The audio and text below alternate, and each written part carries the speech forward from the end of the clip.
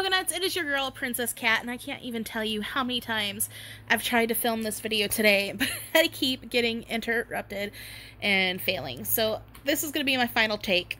Take it or leave it. If I mess it up, we'll just go from there. But I got a lot of requests to do this Dark Moon video, and it's been less than 24 hours on this 7-day event.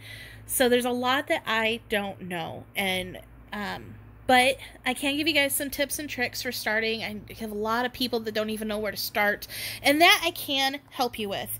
So if you want to get into this event, all you'll have to do is click on your event center, and in this Dark Moon tab, there will be a little section that says Enter to the left of the shop. If you hit that, that's going to be what brings you into this Dark Moon Sanctum race. Now, these ports are free, so you can port in and out as often as you like. However, each port is only usable for up to 4 hours. Your first time porting in here, once you port in, you'll want to come into this Signet Shop. And this is going to be where you buy the signets that will purchase your boosts as well as your mercenaries. Because porting into Dark Moon, you will port in, you will not have a shield, and you won't have any troops. Now, it doesn't matter which signet you use for purchasing. So, for example, if you want to use all gold to purchase your signet, it will make no difference than if you were to use food. You can purchase up to 10,000 signets at one time. And then you can then take those over here and recruit your mercenaries. So you can recruit up to 100 million mercenaries. They start at T6 and go all the way through strat troops. I think this is super neat of the developers to do because it gives a lot of the younger accounts or smaller accounts the experience of fighting with some of the higher powered troops. If you have any additional signets left over, you can then come over to the purchase item and you can purchase some of these boosts that are specific to just Dark Moon. Now, these boosts are stackable on top of your regular buff boost.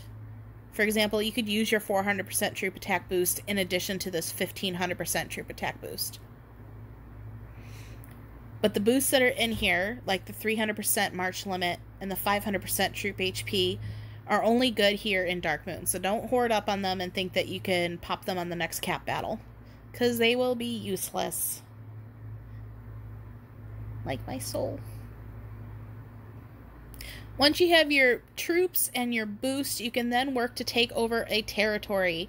Your first time in here, it's going to port you to one of these little outer borders. It's going to look something like this. And you will find a level 1 tower that hasn't been taken over yet. And those are going to look something like this. You'll click on it and you'll declare a war. And you will have 15 minutes to lock down that tower. Now, especially if it's a level 1 tower, it is your first tower, you're probably not going to have any issue locking it down and controlling it. And once you control it, there's going to be a 5-minute countdown in which you're securing the area.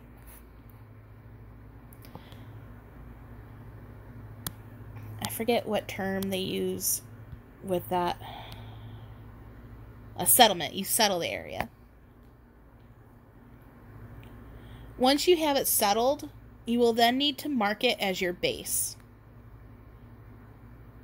So it'll have a little tab on it once it's settled, and I will show you. It'll look something like designate base. If you already have a base designated and you want to designate a new base, you will have to go to the base that you already have designated, and instead of saying designate base, it'll say remove base. You can remove that base and then designate a new base for free. If you don't do that, you can designate multiple areas as your bases, but they are really costly.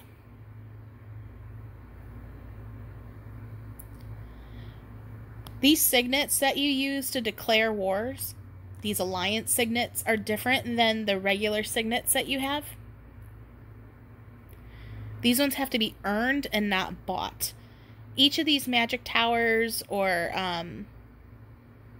dark temples or any of these sanctuary type areas are going to give you, are going to be producing alliance signets for you every 20 minutes.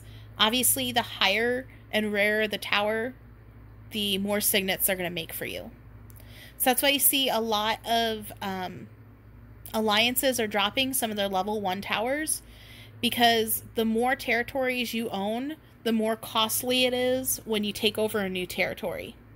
The more alliance signets it's going to charge you. So if you drop some of the level 1 towers, it makes it less costly to claim new territories, because they don't produce very much for you anyway. Once you have your own territory, you can actually start declaring war on other people's territories as well, but they have to be touching you. So if we wanted to come down here and declare war on Psy, since they are touching us, it would ask us, okay, does your alliance own a base? Yes, we get a check mark. Is the territory not protected? As long as it's not in cooldown or anything like that, you can declare war on it. So it's not protected, so we can declare war, so that's a check mark. Do we have a touching territory to it? It has to be touching either not just up, down, left, or right, but it could just be touching on the corners diagonally as well. So yes, we do. However, we don't have enough alliance signets, so we're still not available to declare war.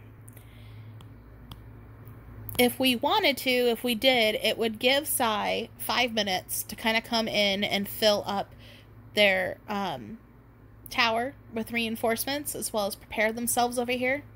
At the end of the 5 minutes, a 15-minute timer would start. And that's when we could port in and start hitting the castles or rallying on these towers. Now, rallying and reinforcing these towers is really neat because there's no cap on the march size. It's just whatever your personal march size is. And every person can send in 1 march. So, for example, we were just defending our level 2 magic tower with bad. And let's see.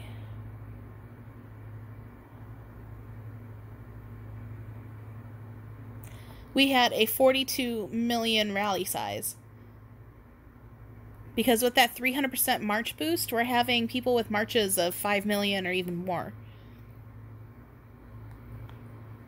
So that's pretty kick-ass. The whole point of this is to start creeping towards the center, because that's going to be where the cap war is, as well as the higher level series and whatnot are going to be located more closer to the center. So that's why if you are an alliance that is in the center of the outer border, you see a lot of them making straight lines, versus those that are kind of in the corner going more diagonally so they can make more ground and reach it that way.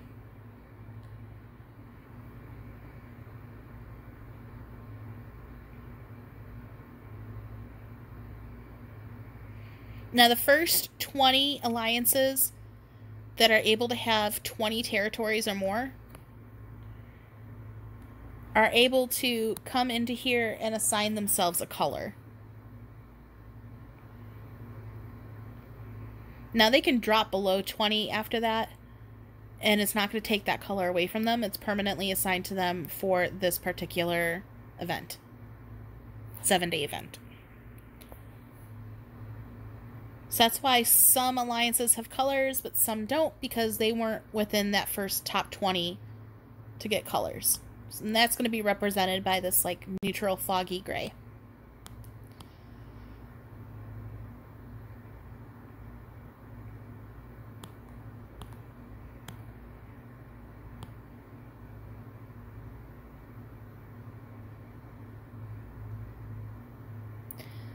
Once you're starting to complete a lot of these events, you're going to be getting these Dark Moon tokens, and you can use those in the Dark Moon shop. And that's going to be what was also in that event tab. You can come in here and spend those tokens. The first thing that I would personally recommend spending it on is the hero. She's in the miscellaneous shop.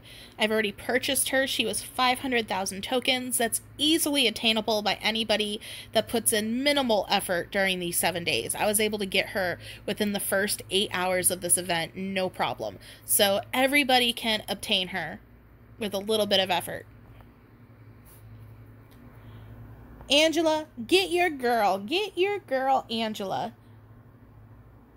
She's like these heroes, and I like them. Here she is. She does take the green clovers to upgrade in her grade, but she's pretty sweet. I like her.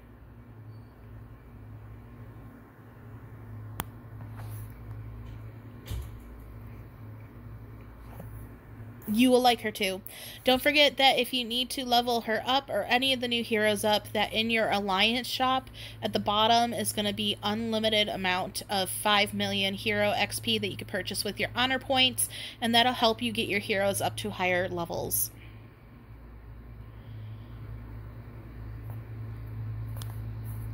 Oh no, what happened? I went dark.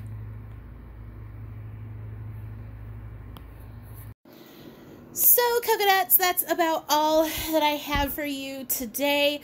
I will try to bring in more as I learn more and try to do like an all-encompassing video that's going to be a little bit more well prepared, but I've gotten a lot of requests, so I'm just trying to get this one out there for you guys. I do think, looking over what I've done, I didn't show you guys where the buffs are located when you get the Dark Moon specific buffs. If you go into your buff menu, it's going to be all the way down at the bottom. That's where you're going to find those particular ones. And again, your other ones will stack on top of it. Of course, it is a good way to go through a lot of boost if you're doing it that way. Don't forget that in order to attack anybody or in order to get more territories, you have to have them adjoining next to your current settlements and territories.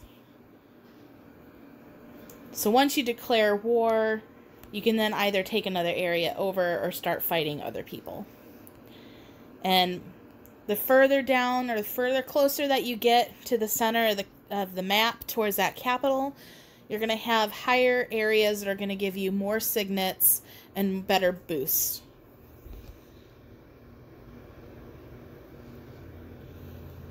You can always hit that trumpet and look at your Sanctum race status and check out what areas that you need to better perform in so that you can get more of those Dark Moon tokens as well.